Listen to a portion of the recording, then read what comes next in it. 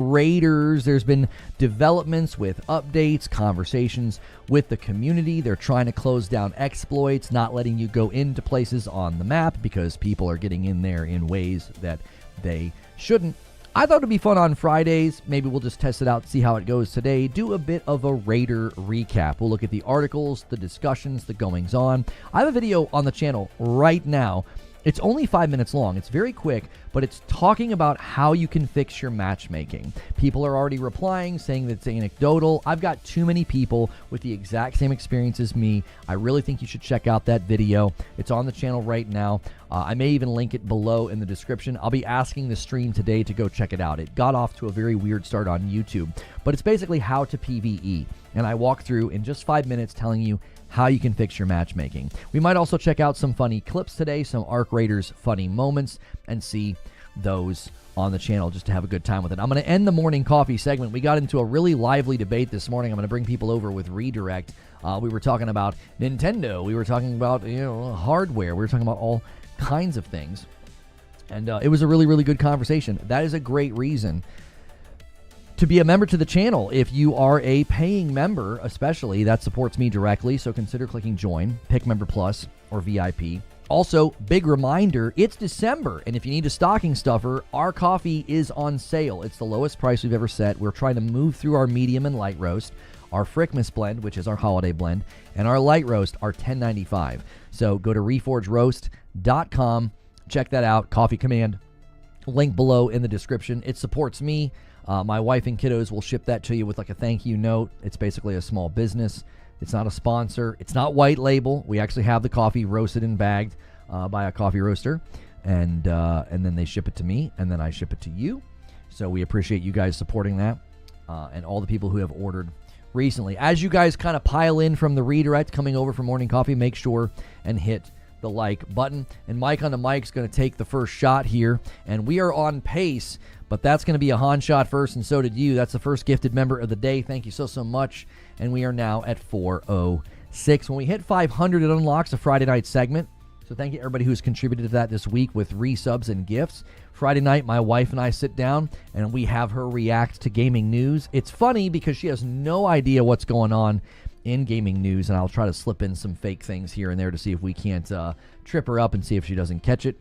And then if we hit stretch, you can make us play Marvel Cosmic Invasion tonight. So thank you guys so much for being here. Thank you so much for watching.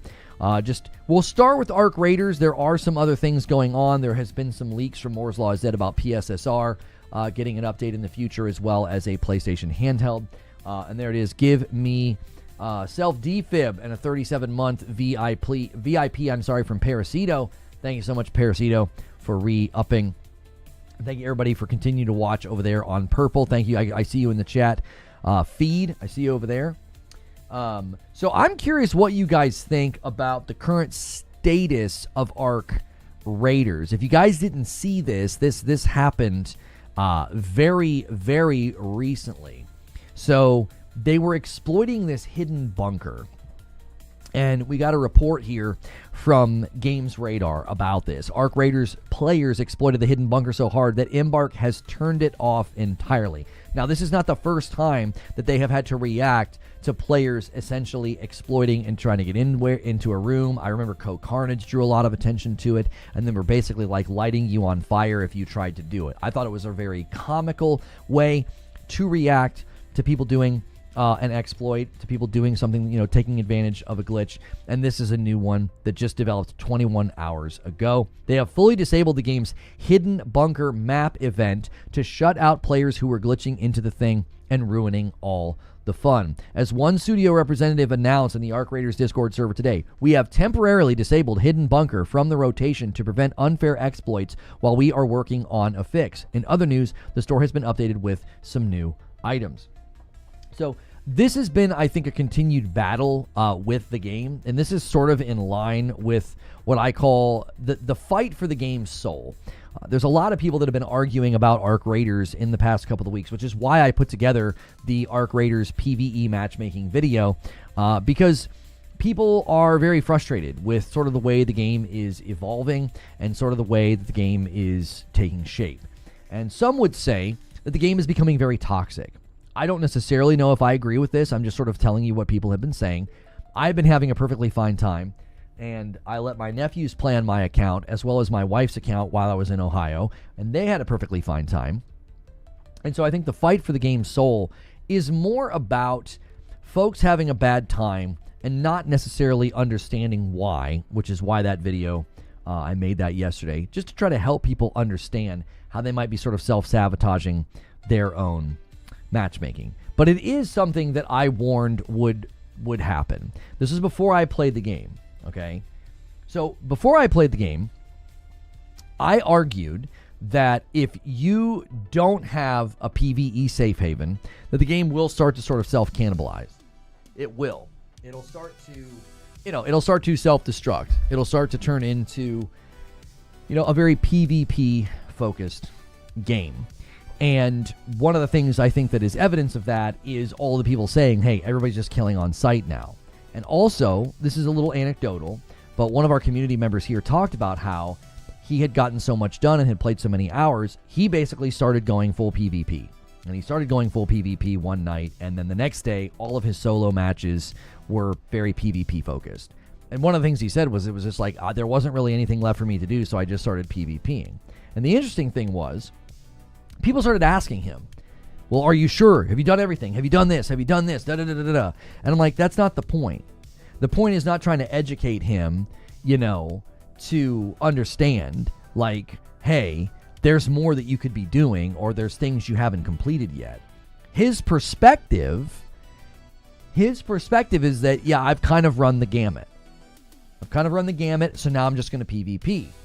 Now, I said that was a concern that I had about the game, that people eventually will run out of things to do, and they'll just go to the dam map, the first map, and they'll just start farming people. They'll just start farming the extracts. They'll just start farming the spawn points. So Arc Raiders gameplay will turn into sort of a toxic environment. And he's not toxic. He's not being toxic. He's not like going in the game and being a jerk and cussing people out and saying nasty things. He's just like, yeah, I'm kind of bored, so that's what I'm going to do. And this is obviously a concern. I think this is somewhat related to the article that we just looked at, that like they're having people do exploits and like they're having like shut a bunker and like close it down, because eventually people are just going to try to do that. They're going to find, first and foremost, exploits are always going to be a challenge, and they're always going to be an issue because people and gamers are always going to find the path of least resistance. They're always going to find like the absolute best way to get a gun, to get whatever. Like they're going to find that, and they're going to abuse that. That's a perpetual problem. That's not a problem that is unique to Arc Raiders. But it does feel somewhat related to the perspective people are starting to have, that the game is souring, that the honeymoon phase is kind of coming to an end.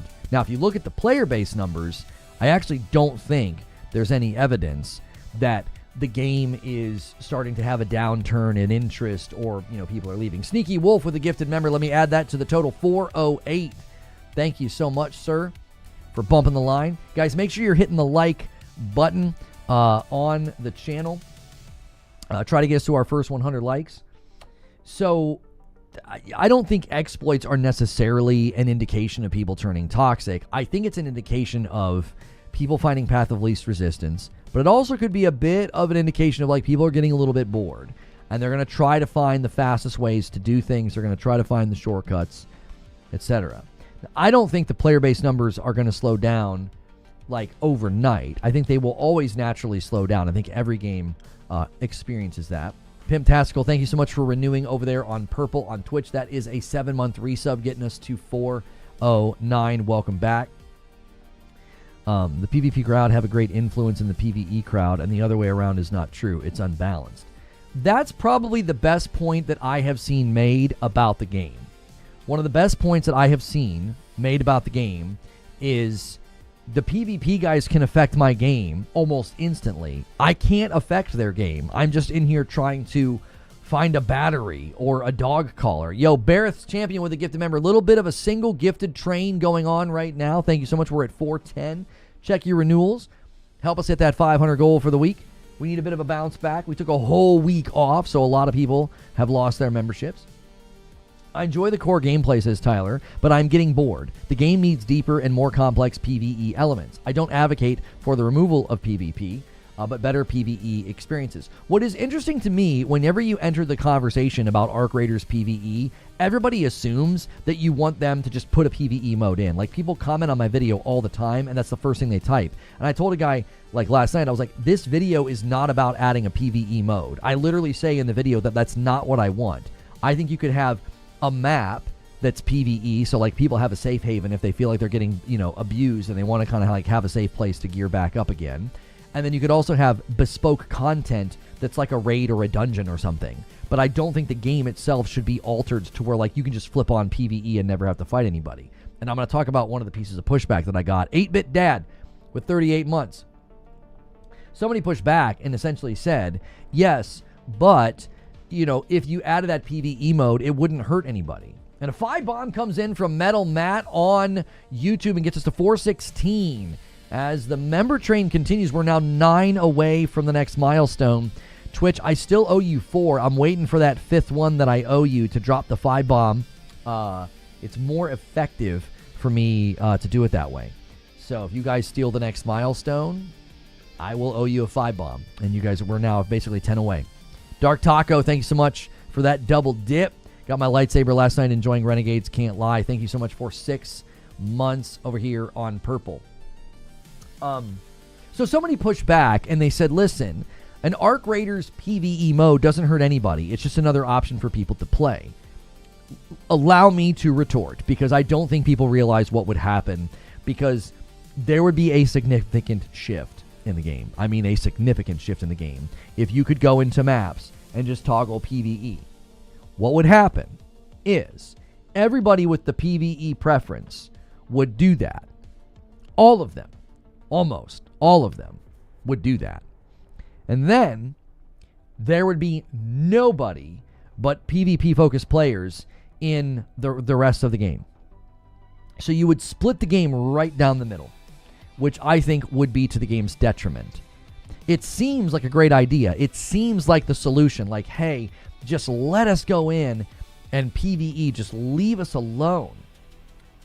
I get it. I understand it. It seems like a slam dunk of a solution. It would quite literally fracture the player base and hurt the game long term. I think it would lead to a more expeditious slowdown of the game. The dev has already done that and said the game becomes boring after a few weeks.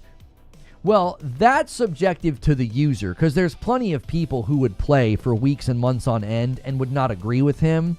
I think they were saying by and large, they felt like it was boring. I don't necessarily know if like the people that are advocating for a PvE mode after 2 weeks would be like, oh yeah, they were right, this is boring, this sucks, I'm out. And one of the reasons for that is I think the people advocating for a PvE mode would play more casually. It would take them longer to get all the things. Like, it's a bit of a grind. Only like 5% of the player base has achieved what you would consider to be like completion on stuff. Like, they've got a lot of stuff still to do. So I don't necessarily think that that would lead to them being bored, especially if right now they're having a good time and then they get killed and they're irritated. And like the only real friction point for them is the fact that players are killing them and they don't want to fight other players. They're not going to be like, oh, thank goodness the players aren't killing me, but now I'm bored. I don't think that's necessarily what would happen. I think what would happen is you would fracture the player base and the people in the PvP lobbies would get really annoyed. I mean, they'd get really annoyed. And they would essentially have less fun and play less. Then the concern would be that the people advocating for PvE would eventually get their stuff done and slowly drift and be like, well, I've had my fill. I don't really feel like coming back. And I know somebody would say, but they're doing that right now. The PvE guys are leaving because they're getting tired of getting killed. Wouldn't you rather them play a bunch? I think damaging the game's player base, like separating, fracturing, I should say, the player base in that way, I think would be very, very bad. I think you would end up harming the game long term because you would create such a juxtaposition of experience. You'd either be in like a sweaty PvP box or just like a quiet PvE server. And I think that sharp divide would actually lead to faster player exodus. So this is why I have said people need to consider my solution, which is don't shoot back. And a lot of people are like, it doesn't work. It doesn't work. It doesn't work. I just have a really hard time believing that every single person that's complaining that they're getting killed on sight now, I have a really hard time believing you're not shooting back. I'm going to put a link in chat. If you guys haven't watched my video, give that video some love.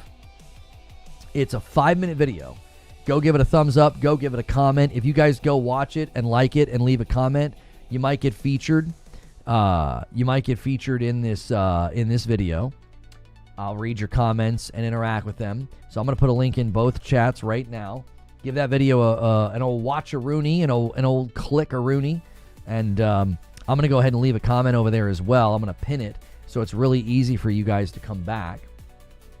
It'll be really easy for you guys to come back. It'll be the pinned comment, the live discussion. But yeah, I don't think people realize that if you just added the PvE toggle or the PvE mode as an option, I really don't think people realize that it would actually lead to a fractured, diluted, not fun experience. I think the people that like PvP would be annoyed, and the people that gravitate towards PvE would eventually either get bored or run out of stuff to do. I don't think... The reason I disagree with the idea that they'd be like, well, it's not fun. You know, Crow Carnage shoots back all the time and his lobbies are still relatively peaceful. I mean, I'd be curious to see what you mean by peaceful. I'd also be curious to see, like, is he pretty stacked? Is he running solo? Like, if he's running solo and he's got a pretty good kit, it's also possible that other people then have really good kits, because there's some theories that they do like kit matchmaking. And if you have a really good kit and you're solo, you're probably less likely to want to engage in PvP because you don't want to lose your really good stuff. Like, really good kit duo, really good kit trio, you're in there to shoot people. Really good kit solo, yeah, you might be like, you know, I don't really want to lose my stuff. So I think solos will naturally trend towards peaceful, especially if you have really good stuff. He also revives a lot of people. Yeah, if he's reviving, that could maybe affect it as well. They could be interpreting that as like peaceful player, PvE player. I don't know. He goes in with a rubber duck. That's it. He doesn't go in with like a really good kit? Huh. Kit matchmaking was debunked by various streamers. More than likely social-based matchmaking. Aggressive versus helpful. Maybe there are other data points that can add to my theory. And if you're going in with a defib, maybe it looks at your kit and says helpful player. Maybe it doesn't even look at your kit. Maybe it looks at the number of times you've used a defib and it interprets that as helpful. Maybe it looks at number of players sent to the lobby versus number of players, defib. There could be a whole host of things that they're analyzing. I think Arc Raiders gameplay is constantly sort of like, as you're playing, I think they're sort of recording everything that you do. This is why I do think a lot of players are experiencing kill on sight and getting shot. I think they're doing a handful of things. I don't think they're engaging in proximity chat. I think that helps, because sometimes you just take somebody by surprise and they might start shooting because they thought, oh gosh, this guy's here, he's going to kill me. And so they just think that they're shooting in self-defense. I also think there is the possibility that they're just shooting back. And since they're constantly shooting back, the algo interprets that as you're putting damage on players. Therefore, we're going to put you in matches with other Arc Raiders players who are putting damage on players. Right? Like, I don't know everything that they're measuring or using here, but I think there is some level of analysis where they're analyzing your behavior and they're matching you according to that. I don't think it's random. I really, really don't. I think the propensity of some people's experience is, to me, it's very, very clear that there is something going on at like a matchmaking level where they're recording what you do and using that to match you. It just assumes that you suck at PvP. It could. Who shot first? Arc interactions. PvP shot first. Shot at. Thirsted, knocked. Revived, stabilized. Tons of data points. I'd imagine each action bumps a hidden scale or two. Like, what data are they collecting to measure player behavior in that way? Well, number one, damage to players, downed players, eliminated players. They may collect that. They may collect proximity chat within, how often are you engaging in proximity chat and talking to other people? Because they can tell when proximity chat gets engaged. They probably can tell when you're engaging in proximity chat with somebody that you're not friends with, like you're just a random person. How many times you've killed an arc. How many times you've extracted with other people. Think about this, too. I wonder if we're forgetting that data point. How many times have you watched me play, Sven, and I'm in the elevator with strangers getting out? What if it measures that? Right? Your after-game report shows damage and travel? Yeah. What if they record that, and they're like, man, this guy just played 10 games in a row, and 7 of those games, he extracted with strangers. I mean, if it puts me in other matches with people who are also extracting with strangers, I have just been given a propensity of experience. Like, I'm going to be in the game with people who are more friendly. There's probably a million things. Yeah, it could be a number of things. When I was watching my nephews play, they were literally extracting with strangers consistently getting out and saying GG's boys, and then, that's it. That's the end. You get an achievement for extracting with strangers? Are we guessing we can manipulate the algo?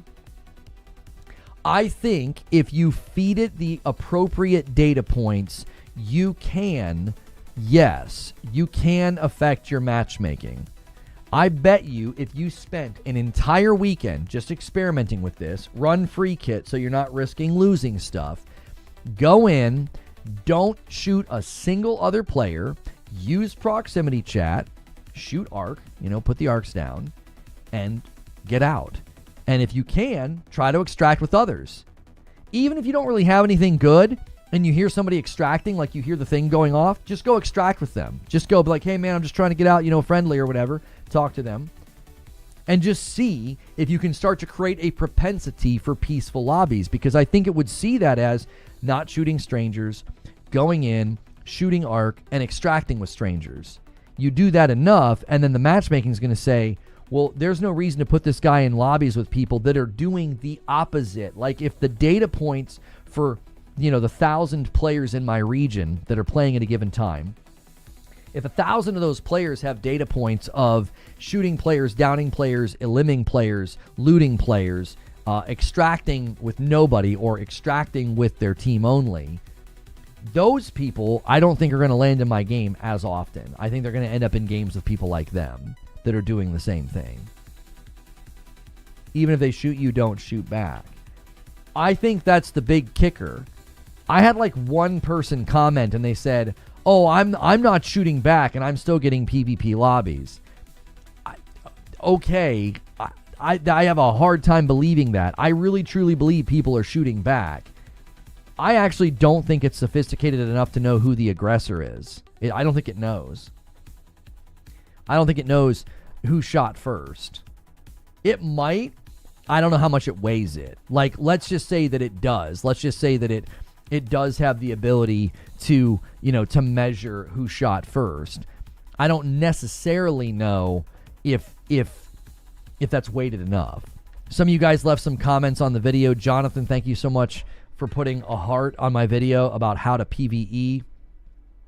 This recommendation is not for me, says Biggie Smalls, but I'm happy for PvE players if this works. By all means, it works both ways. PvP your heart out, and you will get more PvP leaning lobbies. This works both ways. This works both ways. Like, if you like to get into the shootouts, if you like going in and talking trash, keep doing that. By all means, you're going to keep getting lobbies where that's happening. Go for it, man. Have a ball.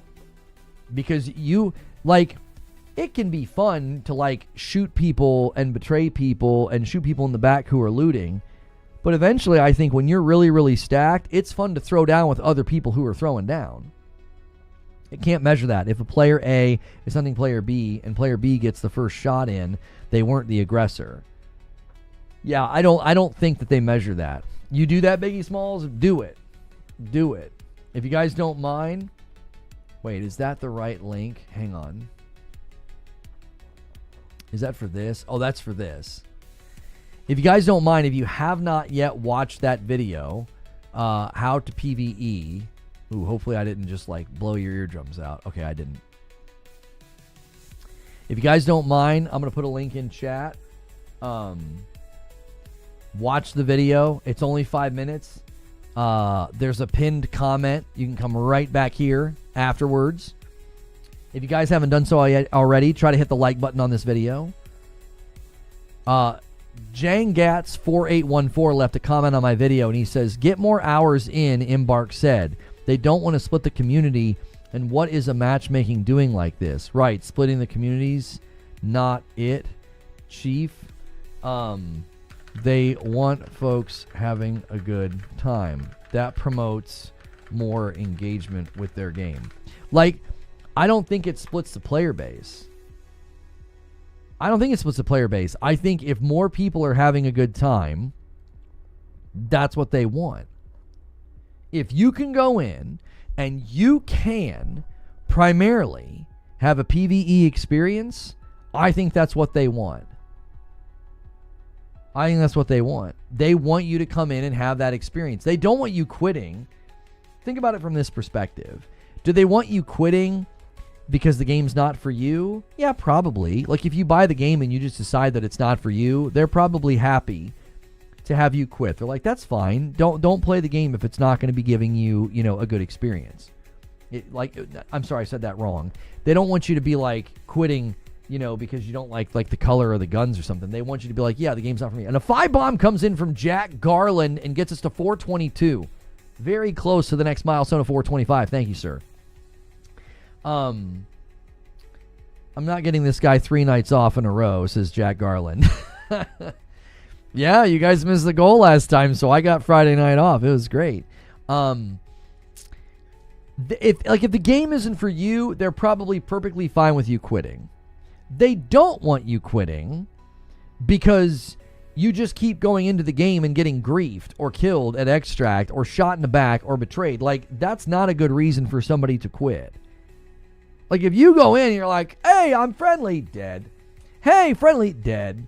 If that happens 3 or 4 times in a row and you quit, I don't think Embark is like, yeah, that's the way it should go. That's just sort of a natural, that's an emergent property of the game.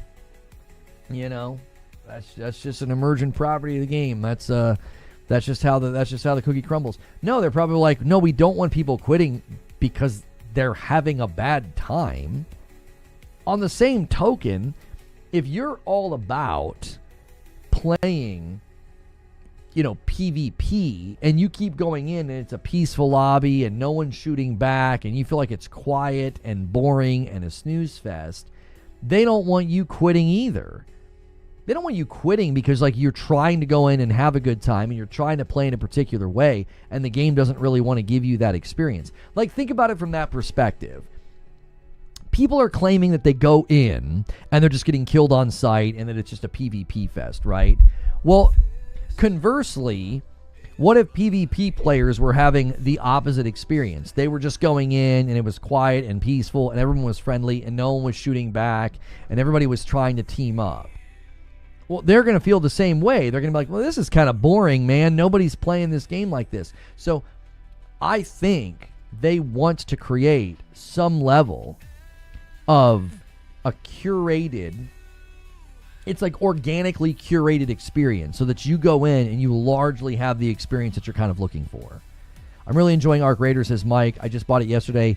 Also loving watching you and Madam play together. Yeah, people really enjoyed watching Madam and I play together. The one footage of where she was ready to throw down because the guy was looking at me and I was talking to him and she's like she was third person peeking and everything. Like, she was ready. She was ready to go. Like, if she needed to throw down at a moment's notice, like, she had my back. It was good. It was a good clip. It was like, yeah, Madam's got my back. You know, watch out. I'm not saying we would have won the fight, but she'd have put some hurt on him, you know?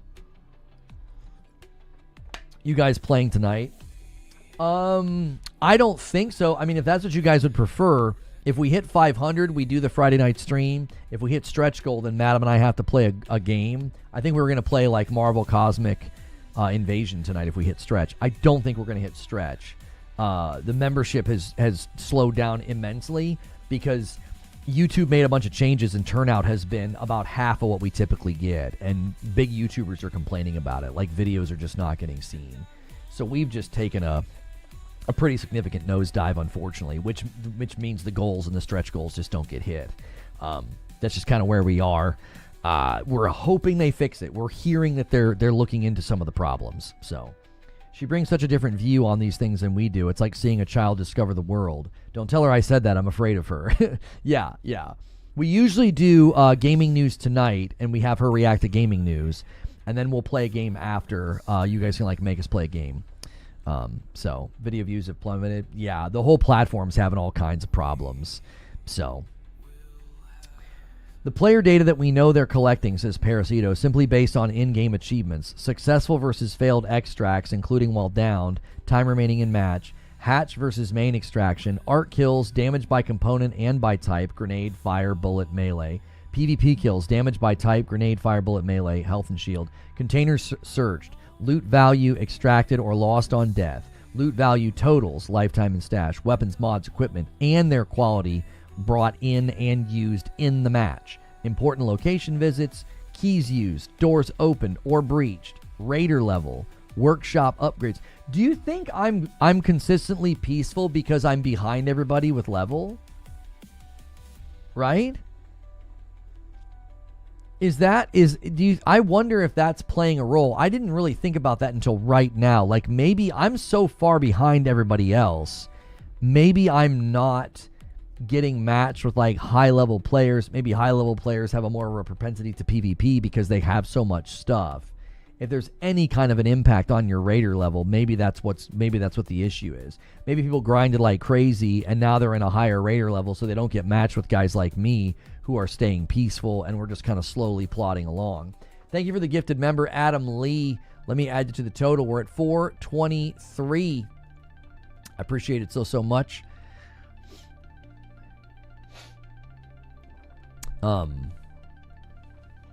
It's possible. YouTube changed the monetization algorithm. No, they implemented a bunch of AI and it's just wrecked a bunch of things. Like there was a really big YouTuber and she like put up a video and she's like, nobody's seeing my video. It's doing terribly. And a bunch of people were like, we thought you took a break. They all thought she hadn't been uploading. And she's like, I've been uploading like crazy. So she had YouTube look into it and they fixed it. We have been experiencing the same thing, but you know, we're not able to just be like, hey, can you check out my channel? We have some calls scheduled where that we're hoping they can like run an audit, because they literally acknowledged to her that there was something wrong on their end. So we have been feeling the exact same experience.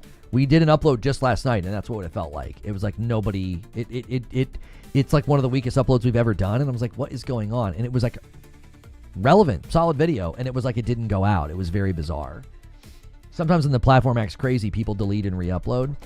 This feels a little bit more widespread than just like a blip or something. So, Citizen JV left a comment on my video about Arc Raiders and how to PvE. I've shifted away from extraction, PvP, and PvE shooters like Arc Raiders because most of my friends tend to lose interest after a while. By the time I finally get a chance to play, I often find myself without anyone to team up with. That's why I started leaning more into single-player games. It just feels much more satisfying to enjoy a game at my own pace without having to depend on others. I largely play Arc Raiders solo, and it is a blast working on quests and grinding. I think you can, Citizen JV, I think you can play Arc Raiders solo, and it's fun.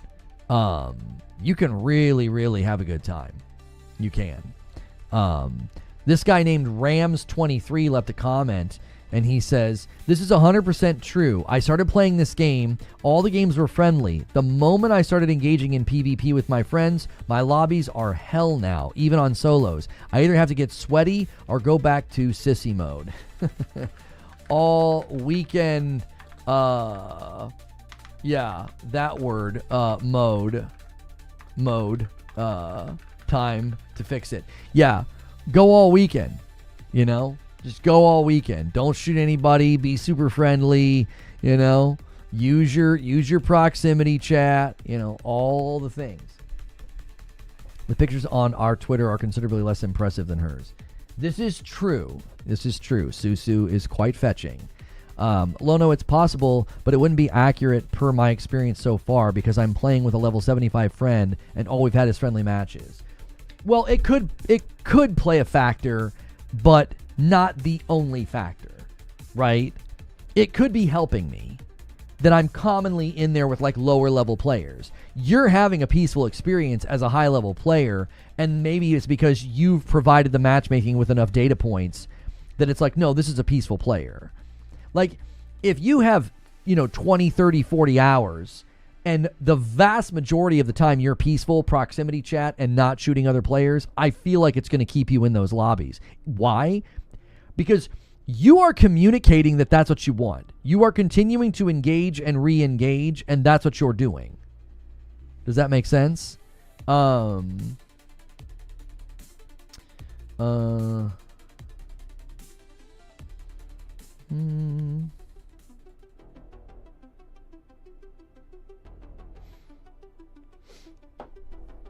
still think a lot of the tension in Arc is just trying to extract. The Arc are no joke. The PvP takes it to the next level. I agree. Can you guys get us to 100 likes very, very quickly? That really, really helps the live streams, having you guys do that. We got a post here.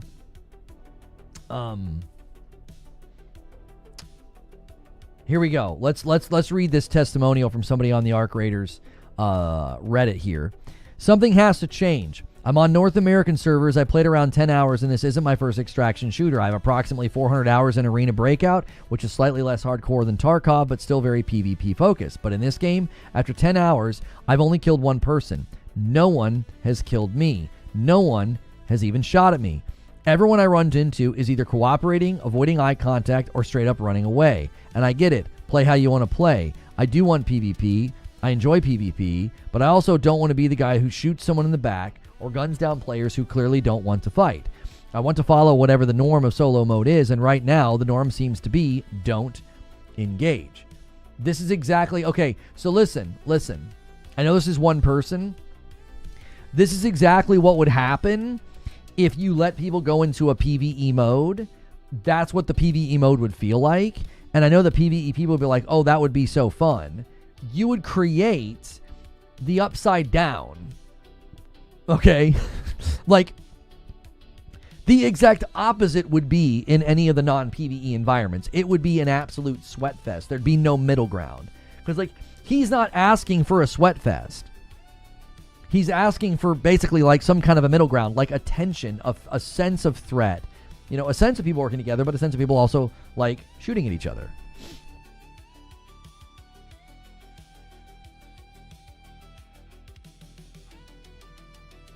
And he says, sorry, I had to sneeze.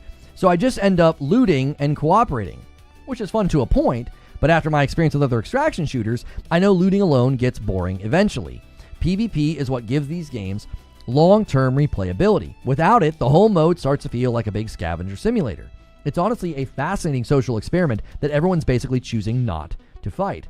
But I'm not sure it's healthy for the long-term momentum of solo mode. I'm not sure what the devs can do to encourage more PvP without ruining the vibe, but something feels off. Curious what other solo players think.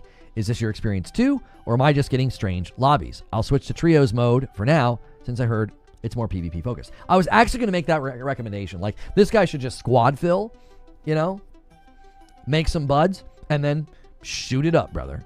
Shoot it up. Go to the map that everybody's fighting on and fight. And then you're going to communicate to the matchmaking that that's what you want, and you'll stop getting the hyper-friendly lobbies. I understand him wanting to be like, I don't want to just go in here and shoot people who are like, they look like a peaceful, kitten or a puppy, and then I end up feeling bad. Like, I get that. But I also think if you go in and you team up with people and you start slaying out, you're probably going to get more PvP lobbies. You're going to start to see that trend. You're going to start to see that turn in your matchmaking. Alexander Smith left a comment, says, I really think this is more anecdotal. I almost never shoot, period. Constantly reviving other raiders, and I find myself in PvP thirsty lobbies and chill lobbies. While I agree they have some form of matchmaking, I do not think it's being done based on aggression. I don't know. It sounds like you play a mixed bag and get a mixed bag. Seems to prove the theory to a degree. It seems to prove the theory.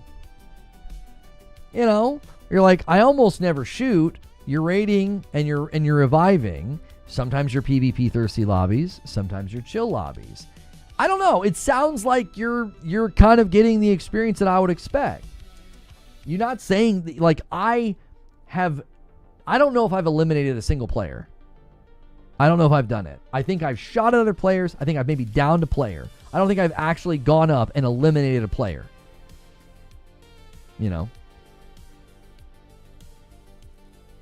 How does he do that while solo without being... Well, that's a good question, Kevin. I don't know. I feel like you'd have to do at least one game where you just go in demon time and kill everybody. And then after that, I think you'd get what you want. You'd get PvP lobbies. If they can track the fact that you got someone killed with a snitch scanner, I think they can track first aggressor just by general bullet aim and downrange targets. But first aggressor doesn't communicate anything. If someone shoots at you and misses and then you shoot back, right? Or you see somebody shooting PvP and they're going to shoot you next, so you shoot them first. Well, it's going to see you as the aggressor. I don't know if they can track that. You've downed all of 10 raiders in 100 hours? Yeah, so Alexander, it sounds like you get a mixed bag experience, and it sounds like your stats are slightly mixed. Like mine are about as pure as they can get. Yours sound like you've got a little bit of PvP in there, and it sounds like sometimes you get PvP lobbies, sometimes you don't. I'd also be curious, when you get the PvP sweaty lobbies, where are you going? Are you going to the map that's known for PvP? Are you playing with buddies? Are you playing in a duo or a trio? That has an enormous effect as well. Like if you load up a trio and you go to the new map, it's PvP, brother. That's just what you're signing up for. That's what everybody's doing. If you go to that map solo, you're going to run into PvP probably. So some of those are also factors. Like if you're sticking to Spaceport, Buried City, and the Dam, and you are by yourself, you're probably not going to run into much PvP, like at all. 10 in 100 hours is nothing. Yeah, I'm not saying it's a lot. I'm just saying his stats are somewhat mixed. His experience somewhat mixed. It sounds like the matchmaking at some level is doing exactly what I've theorized. And again, I would actually be curious when you get the PvP sweaty lobbies. What are you doing? Are you on Stella Montis? Are you in a trio? Are you, like, what are you doing when that happens? I do Stella solo and rarely find PvP because I stay away from medical. Right, like they're over there like, looting, and they're obviously going to want to defend their loot. So if they hear you, I'd be lying if I said I didn't enjoy the late game emergent PvP. It's what makes every match unpredictable and exciting. I don't actively look for it either, but when it happens, I find it most enjoyable part of the game. I almost always play solo, says Alexander Smith, and I know Stella's PvP mostly, but honestly, even there, I've experienced super chill lobbies. Spaceport has been the most bloodthirsty. Really? Huh. Hoodrich says, anybody lose audio? Nobody else has said anything. YouTube's, I think, having some issues today. So if you're losing audio or having glitches, I mean, that could be indication of something going on platform-wide. I don't know. We are just at the mercy of them fixing whatever is broken at this point. It is, we're just going to smile and press on, boys. It's been tough. If this is the game, if this is the way the matchmaking works, why aren't the devs telling anyone about this? Well, commonly, Mayhem, you don't want to tell people how this sort of thing works because then they'll manipulate it. You don't want people to know the inside baseball. You know, it would sort of be like saying, it would almost be like telling people how to glitch into a room. Like, you don't want to tell people that there's something that they can exploit. You know what I'm saying? Like, sometimes you can't let people know the secret recipe and the secret sauce.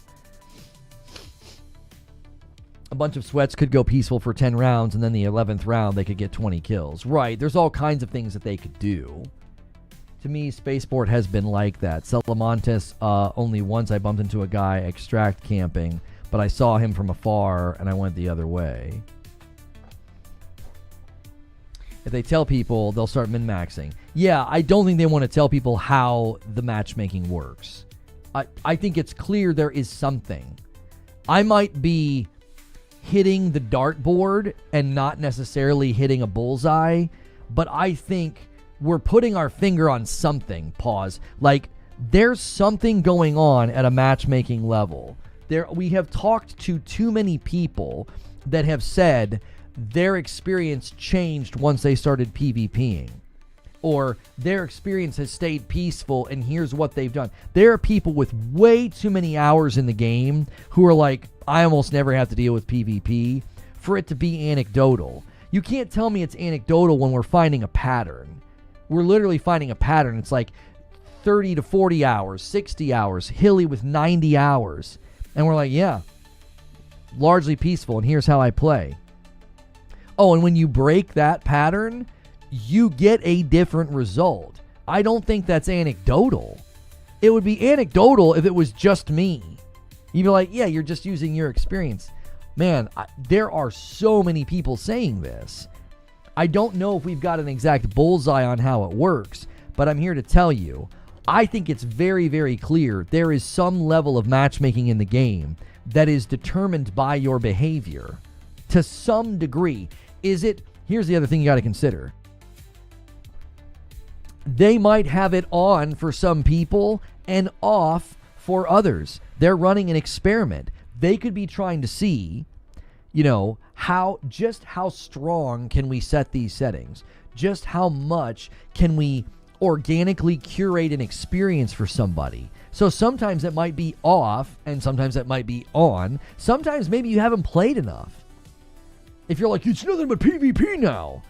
Okay, did you just jump in the game this weekend? And what'd you do? Like, play like 5 times and get mad? Like, do you see my point? How many times have you shot back? How many times have you fed it bad data? Have you downed people? Have you eliminated people? Like, these are all questions that could potentially be why some people swear that it's not real and that it's not working, and other people are like, no, as soon as I started PvPing, I got PvP. I stayed peaceful and I haven't had to deal with it at all. Like, I don't know. I think there's too many people indicating some level of matchmaking based off player behavior for it to be purely anecdotal, if that makes sense.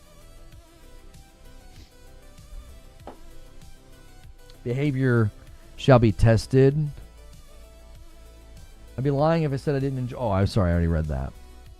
I absolutely think there's some level of anarchy baked into the matchmaking. Even in a PvE-focused lobby, they'll throw PvP guys in to amp it up. For sure. Yeah, for sure. I definitely think they probably like to spice it up.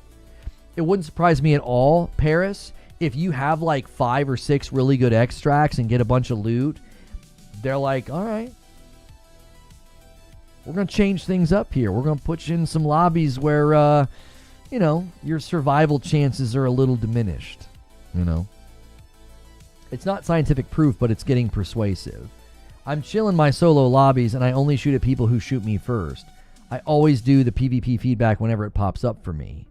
That's another factor that we haven't really discussed this morning is how many of these people are button mashing through that survey. Are they actually taking the time to read it? And when it's like, hey, did you enjoy that encounter with Arc? And they just click through.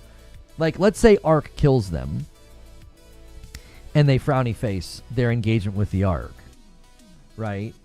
And then maybe there was a round where a player shot at them and they shot at a player, and maybe they downed the player, and then maybe it's like, hey, how did you enjoy that PvP round? And maybe they gave it a smiley face because they got out and they got good loot.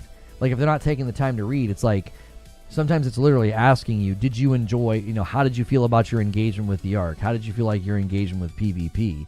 And every time I got into PvP scuffles, if it asked me, I would frowny face it. Anytime I've engaged with the Arc and got out, I give it a happy face. I'm like, that was fun. So it's possible that that's also playing a role. Some people are maybe just button mashing through because they're raging out and they're angry and they're like, oh, it's stupid survey, and they're not thinking about that actually can affect your experience. They see it as providing feedback on the game when really it's potentially feeding more data to the matchmaking to put you into lobbies based off of the preferences that you're feeding it. They're probably feeling the heat because they never anticipated such a big audience. I hope they take their time. That's another factor to consider, is the game is far exceeding their expectations, which is potentially leading to the matchmaking not working consistently. Like, maybe sometimes, you are having a bad experience, and maybe sometimes, you are having, a not great time, or you feel like you're getting, PvP'd when you don't want to PvP. There is the possibility that is happening because, they're just trying to get you into a game. There's so many people playing. Like, that's another thing to consider. If you're jumping into Arc Raiders gameplay and you're playing during peak hours, it is possible, that it's just trying to get you into a match because there's so many people playing, it can't be picky. And maybe when I'm playing, like when my nephews were playing, we're playing early in the day, early in the afternoon. We're not really playing in peak hours, like late on a Sunday or a Saturday or a Friday night. The one time I ran into the most PvP, when did it happen? It happened when I played on a Friday night with Madam. It happened when I went into trios, right? I basically set myself up to a certain degree. It's like, well, it's going to have a harder time matching you based off of your behavior now because there's so many people playing. It's just trying to get you into a match.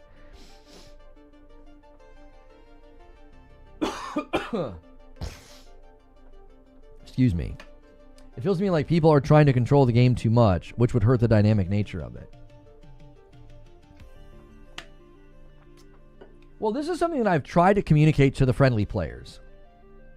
Like, if you're wanting an Arc Raiders PvE mode, I've tried to tell them, one of the reasons I love finding a stranger and helping them and working together, and like the other day when I was extracting and there was guys running, getting shot by the Arc, and I protected them.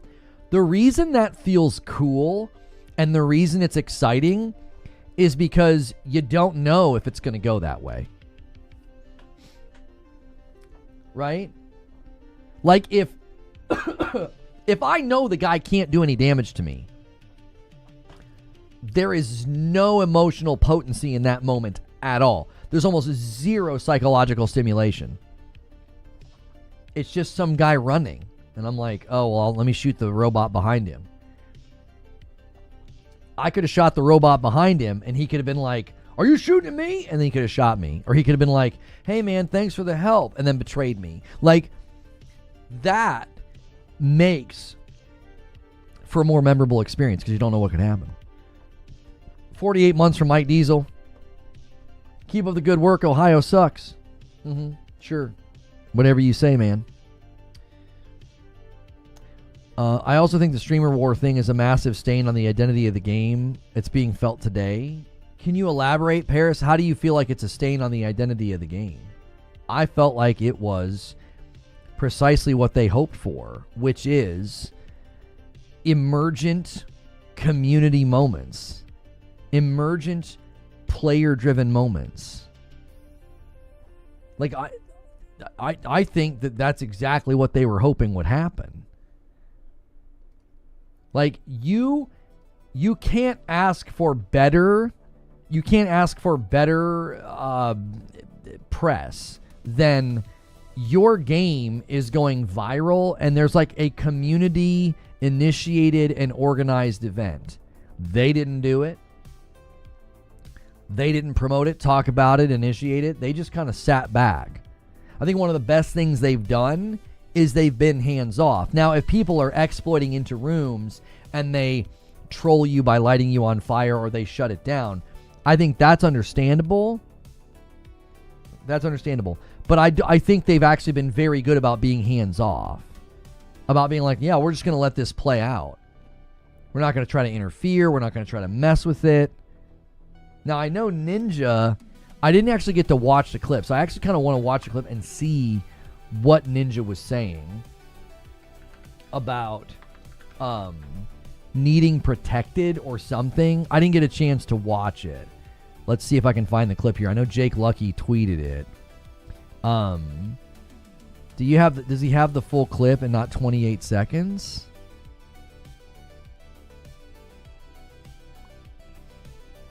Yeah, let's see. It's only 28 seconds. I want to see what Ninja's saying because I feel like he commonly, like many content creators, I feel like he gets misrepresented. I'm kind of curious what he says here. I do think stream sniping culture is a problem. I think there are ways to mitigate it, though. Hide your screen. If you hide your screen and they don't know what map you're going to, they don't know when you start matchmaking, you can certainly minimize it. I know that's a bit of a headache, but let's see what he says here. I'm actually curious. It's like the PR team of Embark. I don't like people, the design team, the sound team, the heads, right? The developers, all that. We're not like, we need the people whose job it is to make sure like that things are going smoothly with the community, right? There are people that have those positions in games and companies, right? And those are the people that we're trying to reach out to. We're not like the people who are creating this game. Like, I'm not expecting head devs to like help us out with this. It's not their job. But I guarantee you, there's somebody whose job it is to make sure that content creators are happy. They're chatting with them. Since you guys are in matchmaking. Yeah, I actually don't disagree with what he's saying. Like, I don't disagree with what he's saying. Like, if you've got people that can kind of be monitoring toxic behavior, cheating, stream sniping, whatever the case may be, like, the last thing you want is some of your best spokespersons for your game having a terrible time. Yeah, that's Ninja from Fortnite. Yeah. I met him in 2017 at the Destiny 2 premiere. I've always thought that Tyler is like a super, super nice guy. He ordered a round of drinks and toasted all of our channels. I guess he grabbed the best drink in the bunch because he had no idea what was about to happen to him. But he was a super nice guy. Him and his wife, I think, have managed the rise and the popularity very well. And I agree with him. I think the last thing you want, I'm not talking about preferential treatment either, but you want to make sure you're not watching streamers just get eviscerated and picked apart because they're lightning rods and they're easy to do it to. They're easy to grief, stream snipe, and harass, especially with proximity chat. You don't want people stream sniping them and like saying the N-word or something on proximity chat just because like they want to get a clip or they want to be, 15 seconds of fame or whatever. So I would say there is something that, could be monitored and done. I mean, this is something that live service games have to consider. You've got to consider the fact that there's an organic nature to your game. There's a public facing element to your game where if your streamers are having a terrible time, that's going to affect the game's reception. That's going to affect, how the game's going. That's going to affect the public's idea of like, well, do I even want to play that game? If that's the kind of stuff that's going on. Please just play DMCA music. So that's fun. Huh? I don't know what you're saying, Butters. You mean like play DMCA music on proximity chat? So like their streams get muted or something?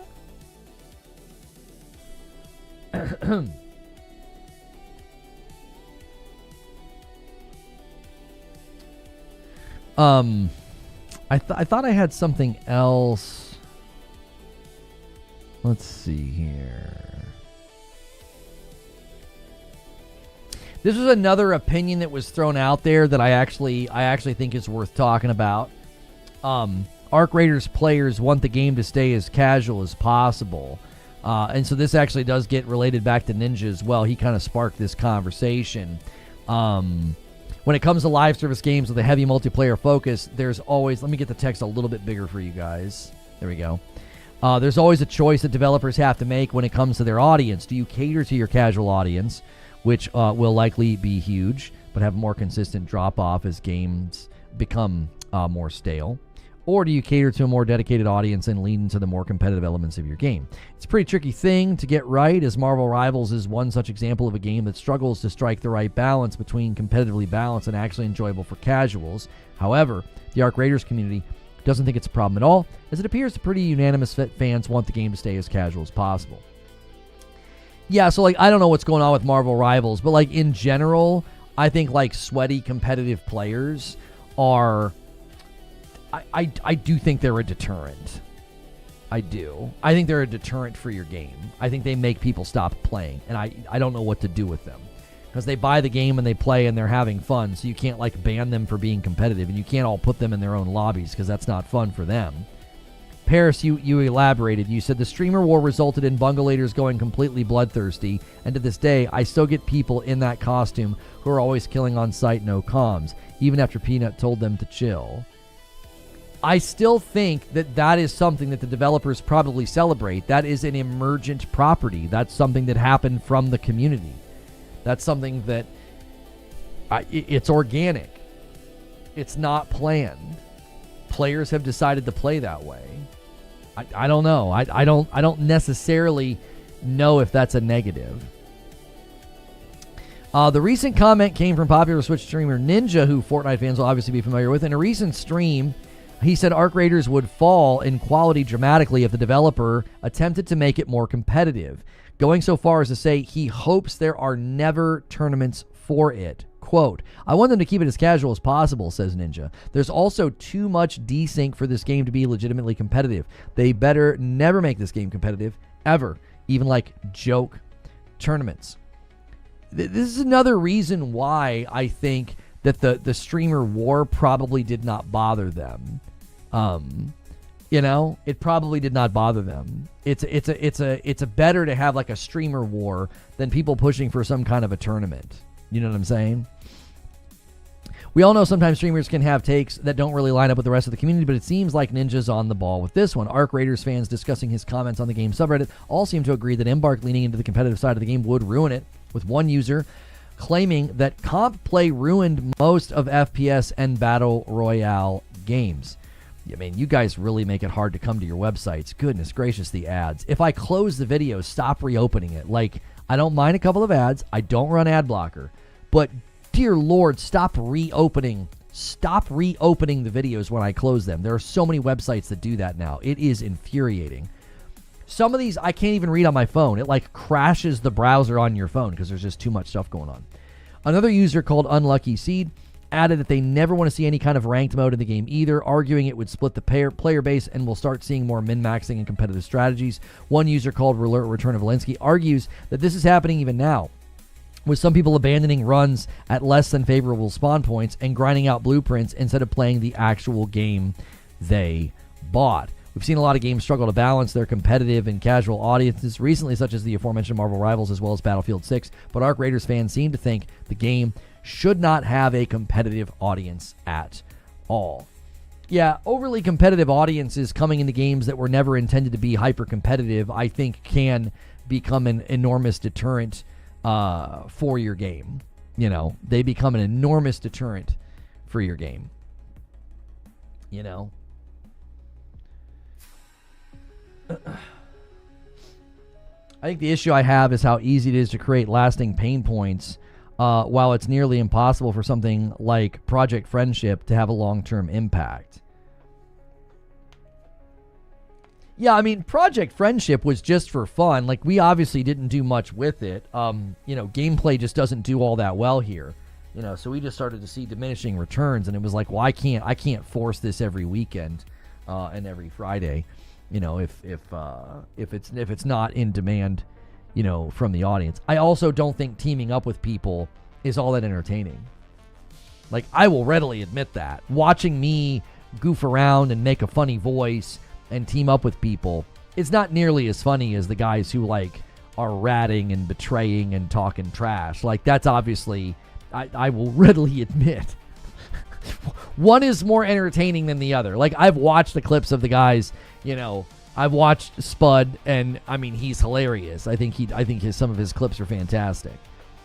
So, I feel like that's been a pretty consistent trend in these types of games. Is that those are the types of clips that are going to go viral. Yo, Spade with the Prime sub in 5 months. Thanks so much. One away from 425. It's dangling there for the taking. Who's going to steal it? Twitch, I owe you 4. I was waiting to do a 5 bomb. It's a result of the psychology that the game incubates, where people are more prone to say F it and go on a rampage for their faction. I don't necessarily think that Burnt Peanut in the war is the reason that's happening. I think that would be happening regardless. I just think that would be happening regardless. I think people are just always going to naturally do that. I don't know if I've ever seen a game not do that. Do you know what I mean? And a VIP secures it right on the nose, 425. Thank you so much, Alapark, for 40 months and a VIP. I appreciate it.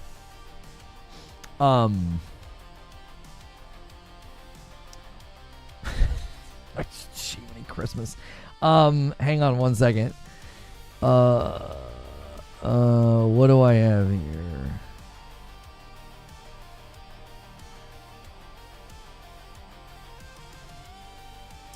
I wanted to show this to you guys too. So this is off topic. We are I'm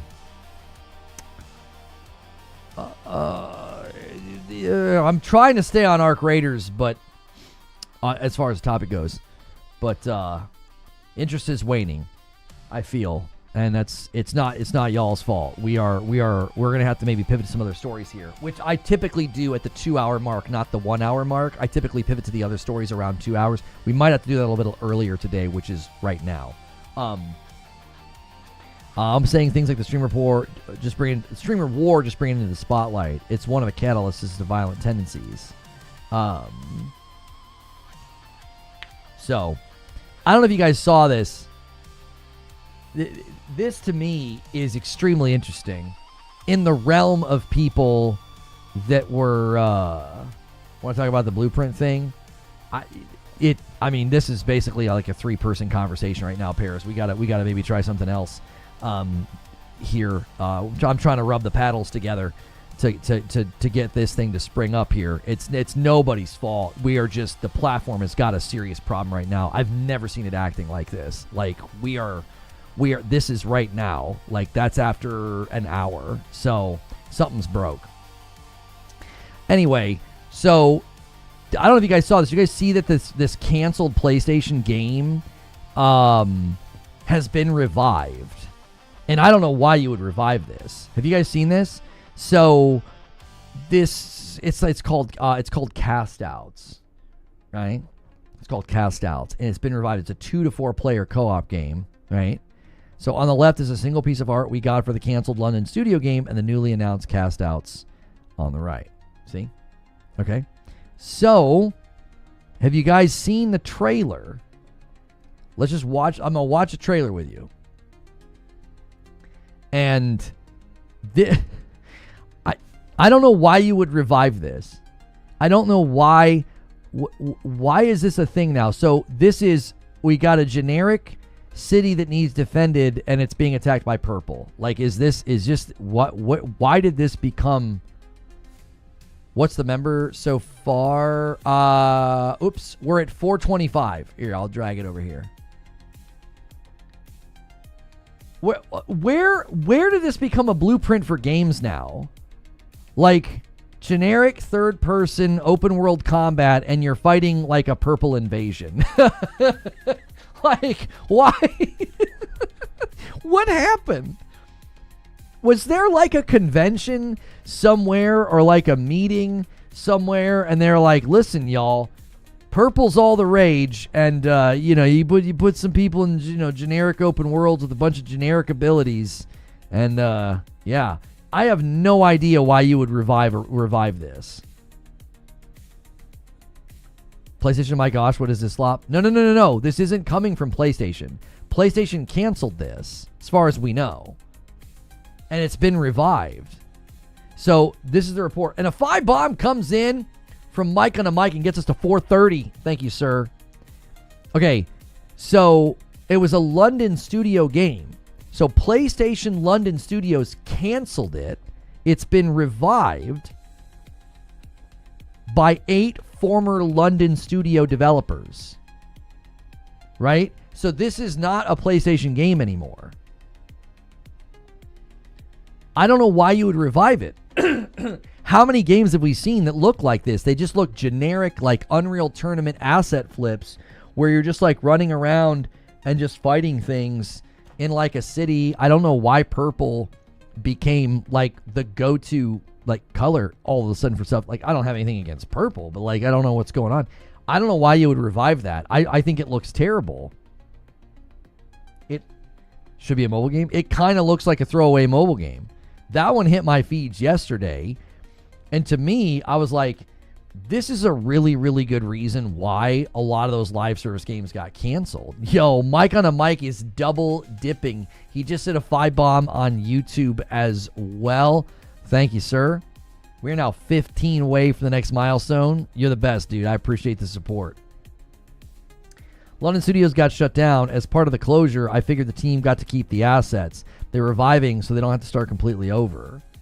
How can they revive something they don't own? I'm assuming with the shutdown, like they're saying, like they got to maintain the assets or something. Maybe they just have to call it something different. I mean, if you shut the studio down and the people there are like, man, we were working on something. Let's still try to get that out the door. I'm just surprised. Like, looking at it, it's like, yeah, I can see why this never came to market. They were like, it doesn't look like it's got a prayer. It just doesn't look like it has a prayer. I'm not sure what exactly is going on. I'm really not. I'm not really sure like why we're seeing this trend of, why we're seeing this trend of games in this vein, in this art style. It's very, very bizarre. It's extremely bizarre.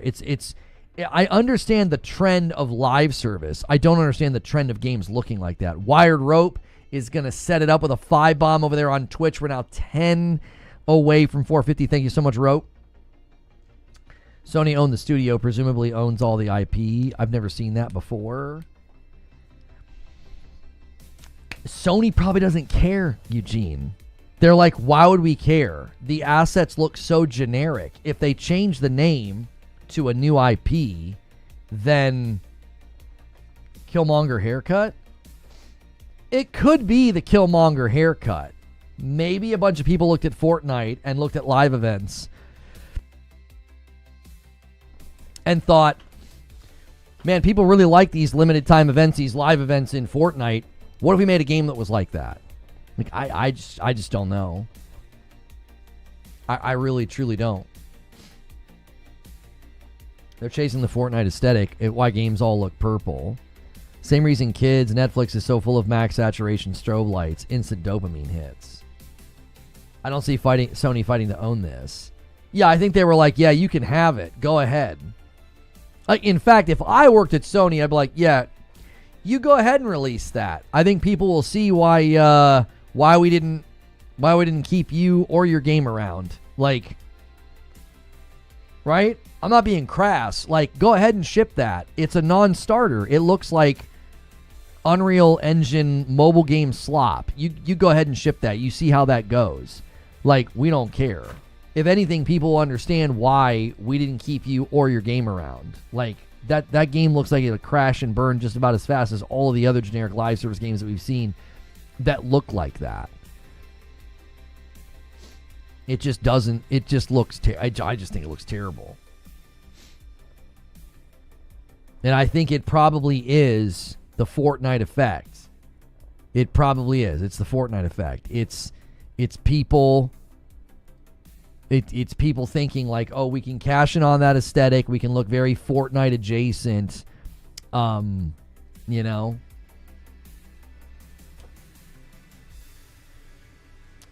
be surprised if Sony has some form of royalty or similar agreement if they decide to bring it back. I again don't know. I don't know why you would want to have, I mean, unless, again, I feel like if they change the name and they're just using the assets, I would imagine that Sony's probably like, yeah, that's fine. We don't freaking care. You know?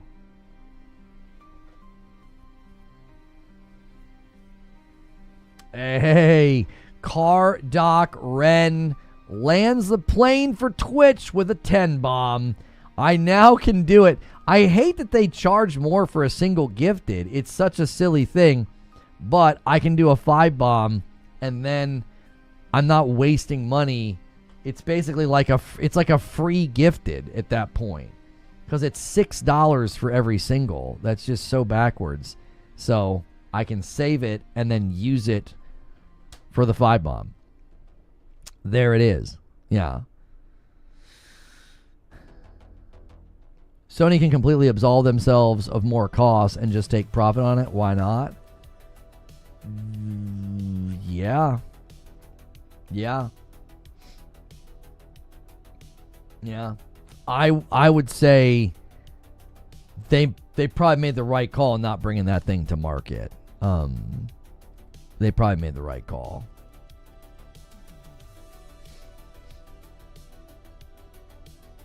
At least Sony's starting to learn what will flop. Well, it makes you curious, like what was Bend working on that also got canceled? Like they were, remember when they said they wanted like 12 live service games by like 2026 or whatever? Yeah, it was like there, and I remember telling people, I was like, yeah, I bet about half of those are going to come out. Let's see.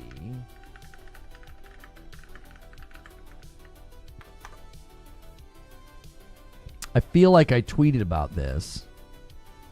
I think I need to use like the I think I need to use like the advanced search to find it. Like it never, the search on Twitter is so broken. You can never find anything now. You can put in like almost the exact phrasing. Because I remember being like, there's no way. I remember telling people, I'm like, I think about half of these games are probably going to come out. At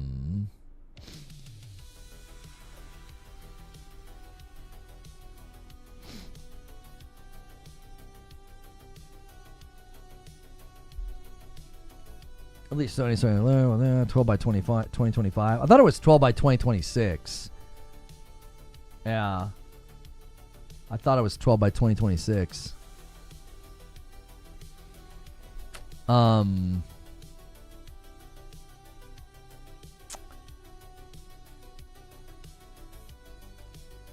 oh man. All right, I'm gonna schedule Avatar. We'll see if this can't get better results. YouTube is having a severe problem today. I can't make heads or tails of what's going on. So we'll see if this can't, I don't know. We'll see. I'm going to schedule it. I want to show it to you guys. I think it looks really, really cool. Let's see here.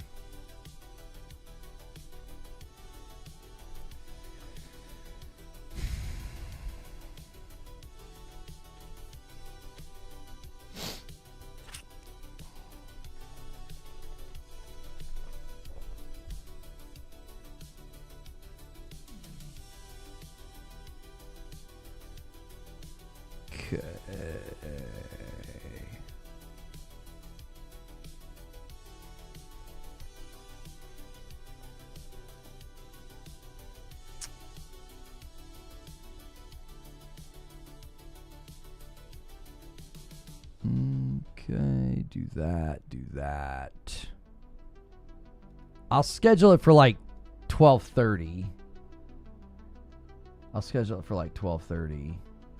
There is something seriously wrong though. There's no warnings or anything.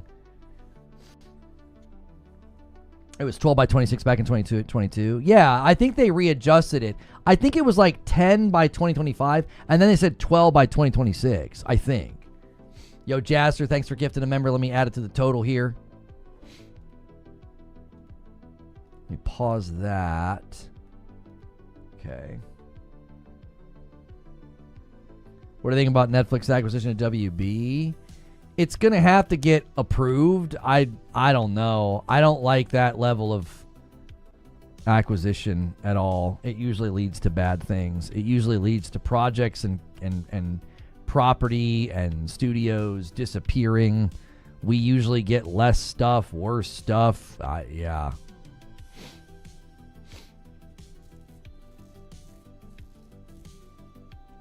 It's not good for the consumer, historically speaking. So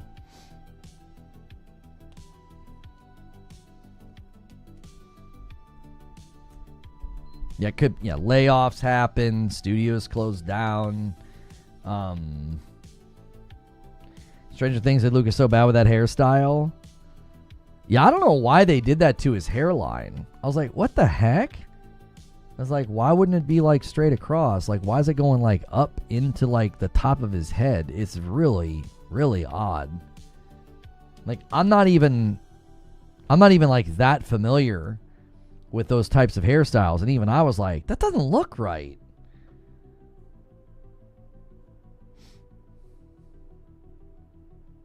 Just checked. Solar activity. Been having issues as well. There was a Cloudflare issue overnight, so it's possible that we're just dealing with that. I don't know.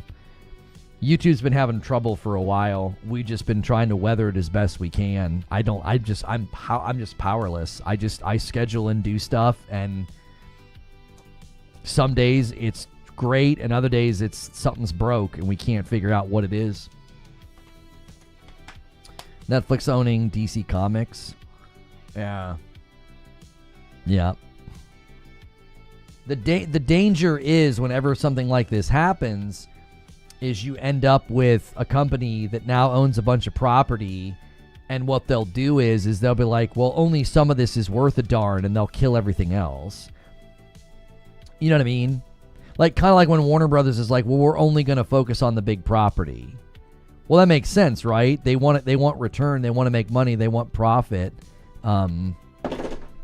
They, you know,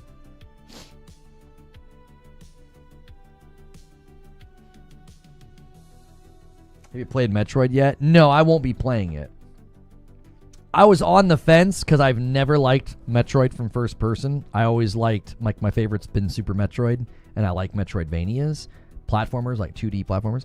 I was kind of on the fence. I was like, I don't know if I'm going to like this. And then I watched SkillUp's review, and I was like, yeah, I'm definitely not going to like this game. So I just skipped it altogether. I was just like, yeah, this is not... I loved Donkey Kong. I'm playing Mario Galaxy with my wife right now. I loved Mario Kart. I loved Breath of the Wild. I like Nintendo property.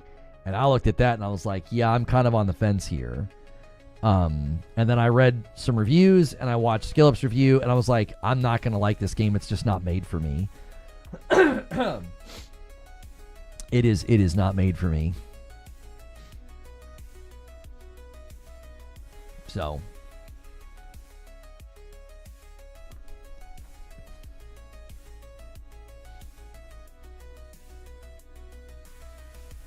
yeah, if you don't like the other Prime games, yeah, they never appealed to me. My brother loved them, and I watched him play, and I was like, I don't want to play this. Like, I always thought they looked really bad. I always thought the FOV looked zoomed in. It looked like slow. It never looked like something that I would like. So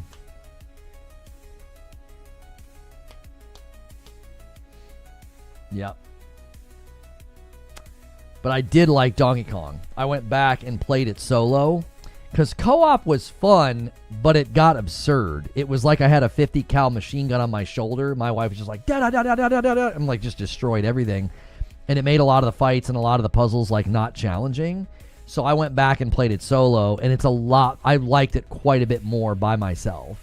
Like, having a companion co-op is really fun. Like in Child of Light, co-op in Child of Light's really fun. Co-op in Mario Galaxy is really fun.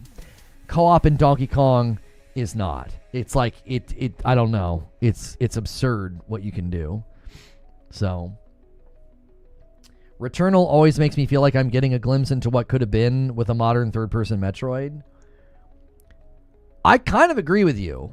Like, obviously, I'm biased because I love Returnal, but yeah, I just feel like the Metroid that I saw and the gameplay that I saw, I was like, it doesn't feel like this is really transcended into the modern era. Like, I feel like Donkey Kong did. It felt like a modern sort of like adventure platformer, like action-oriented, adventure platformer. Zelda, I feel like, did the same. Mario Kart. Even Mario Galaxy has aged very well. Mario Galaxy, especially if you're a fan of Astrobot, you're like, oh yeah, I can see the inspiration that Astrobot took from the Mario games. Mario Galaxy is just such a good game. So, have you seen the trailer for Godslayer, another Chinese game coming to the West to steal attention? I don't think it's coming to steal attention. I think it looks good. It is, we can't quite get the details on what PlayStation support is. There's a guy who covers Chinese gaming news, and he said that the publishing is to be determined. It is part of China Hero, and it is multi-platform. Like, PC is being prioritized first, according to what he said. It's also coming to PlayStation and Xbox. So the China Hero project doesn't seem to have any rigidity to it. They're just partnering with Chinese devs, helping them bring the game to market. This is part of their effort to grow in China. So I don't think there's any hard and fast rules for the China Hero project. If it's a good game, and if it's a studio that PlayStation wants to work with, it seems like they're gonna jump in, lend a hand, and make it a part of the China Hero project. So, yeah. If you guys haven't hit like yet, do me a favor and do that on YouTube. We're going to be switching to Avatar Frontiers of Pandora shortly to show off the third-person gameplay. I wanted to show that to you guys. The clock is ticking. We're 50 members away from unlocking Friday night, and that typically doesn't happen once I'm in gameplay. We'll lose about half of you. That's historically in the 10 years I've been doing this. And then it typically is not a big push once we're doing gameplay, because gameplay is a very different vibe. I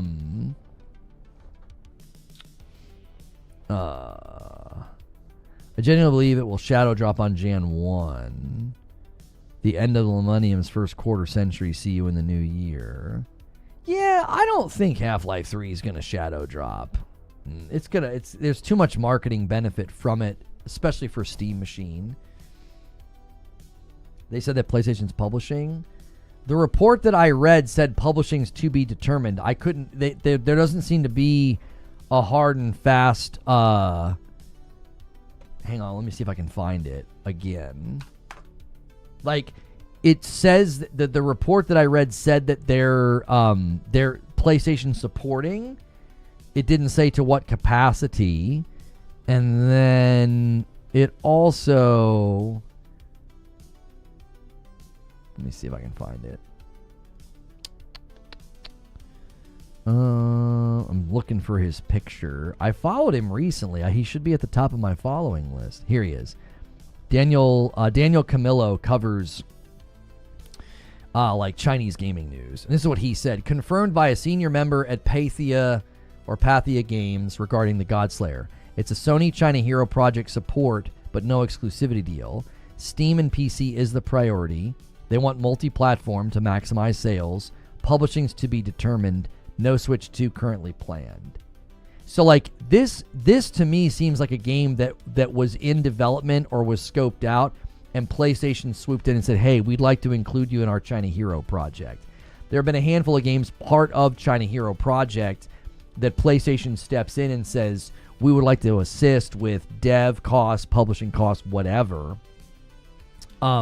Marketing might lean heavier towards PlayStation depending on support level from Sony. It's important to understand that being part of China Hero Project is not necessarily synonymous with total and unconditional support and financial backing. Like, this is something people need to realize. PlayStation is not trying to buy these studios or their property. They're trying to leverage the game, the property, the notoriety of the devs, the style of the game. They're trying to leverage that to grow in China. So they're not interested in doing this exclusivity thing. That's not their goal. if they can get a game that's big and successful on their platform and PC, and in this case, even on Xbox, all they care about is their name being associated with a Chinese game and a Chinese developer. That's their, that Shuhei Yoshida kind of talked about this, like their goal to grow in China is a significant portion of their goals to grow their platform, because there's almost no console presence in China, and they're hoping that that can change. So it's like when NVIDIA or AMD helps devs to push their hardware. It's kind of a similar scenario. Yeah. So you're going to see a lot of the China Hero Project games are going to look very different. Like every single time they bring one of these games to market, it's not going to be the same. So like this one here, Anno Mutationem, this is a multi-plat game that was part of the China Hero Project. It was on more than PlayStation and PC. I believe Fist is on more. I'm not actually sure, but I know Fist is on PlayStation and PC. And then when you get down into here, the ones that aren't out yet, Lost Soulside was PC and PlayStation. Convaleria, Exilage, Dabbleland of Waterscar. These are all PC and PlayStation at the exact same time. Awaken Astral Blade's already out. It's on both. They need to update this website, by the way, because these are currently in production. AI Limit came out, already came out, and so did Awaken Astral Blade, and so did Lost Soul Aside. So they need to update their China Hero page. You come down here, there's Godslayer. There's nothing actually on the page yet for Godslayer. There's no information beyond this blurb. Ran Lost Islands, Unending Dawn. Brocade Cladguard looks really good as well. Lulin, single-player action-adventure game set in the backdrop of the Western regions. I don't know if we've looked at this one or not. I can't remember. Yeah, they're doing an India Hero project. They're doing a Mina Hero project as well. So the India Hero project, you've got Loco, Bloody Roots. I think we've looked at a lot of these. Meteora, Fishbowl, Mukti, Suri the Seventh No, Requital. So these games, again, PlayStation's aims here are not to have exclusivity deals or to own these studios or to own this property. They're trying to leverage developers' talent and games in markets that they currently don't have any strong standing in. That's kind of their goal. So there's Animated is Fire. I feel like my brother played that and really liked it, and then he like hated the ending or something. He was in here. Oh, this was months ago. I think this was like earlier in the year. He talked about this. So I think that was the game. He was having a great time with it, and then he got really, really angry about the ending or something. Lulin is the God of War inspired game. Is it? I don't remember that. I don't remember the game, to be honest with you. I don't. That we've looked at them so many times. There's a handful that look like they could be very, very successful live service games. There's a handful. Hang on one second.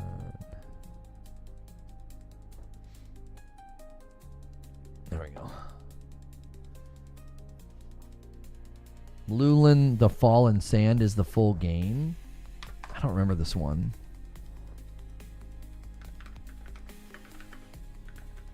It's the Lulin, the Cursed Sand. This trailer's like a month old. Did we watch? I feel like we watched this.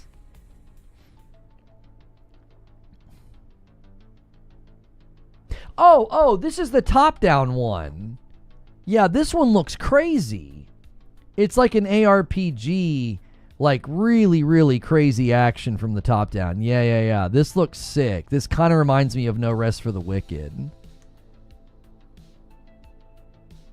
Oh, yeah. I remember this one. Yeah, I remember this from a month ago. We checked this one out.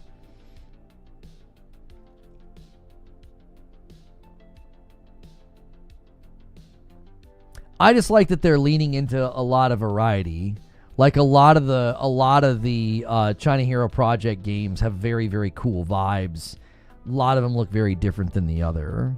So I think that's cool that they're doing that.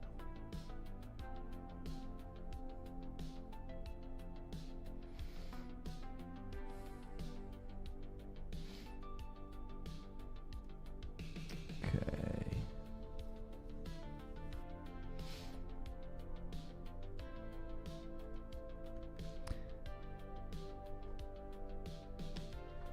Let me get this. Hang on.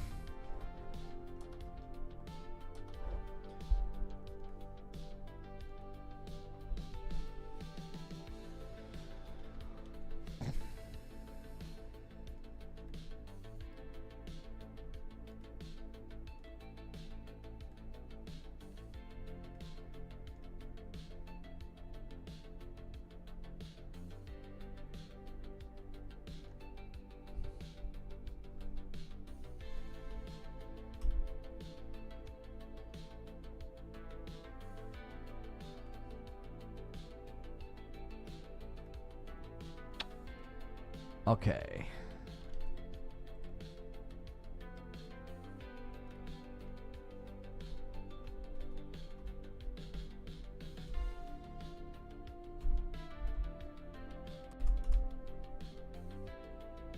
Is Phantom Blade Zero Sony IP? No. No, that's another one where hang on. Frontiers, Pandora, third person gameplay. That's another one where I think they kind of came in and helped bring it to market. I forget how it went. Like they did that with Lost Soul Aside as well.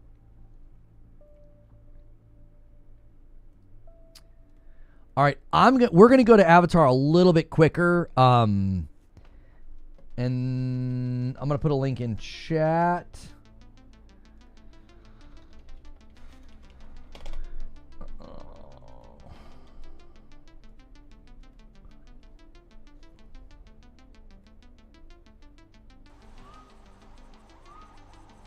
If you guys use the link in chat, you can come with us. I've got redirect set up as well.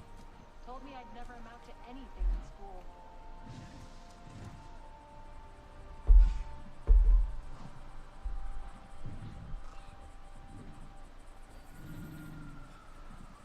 Thank you so much for checking out this video. We are going to be checking out Avatar Frontiers of Pandora third-person gameplay. We're going to fiddle with the settings a little bit. This will be on a PS5 Pro. There's a couple of settings that I can change that you might not have on your console, and you might not have it on your PC either because I can toggle PSSR. So we're going to mess with some of that. I'm going to show you how you can switch in and out of first and third person. I'm also going to just kind of run around and mess around for a little bit just so you can get a feel for it. I am going to try this game with my wife. I always thought this game could be a lot more fun third person as well as co-op, so I'll be checking that out, and I'll let you guys know what I think if you're subscribed to the channel. I'm going to end the previous stream and bring folks over with redirect. Thank you guys so much for hanging out in our discussion of Arc Raiders. So basically the way that it works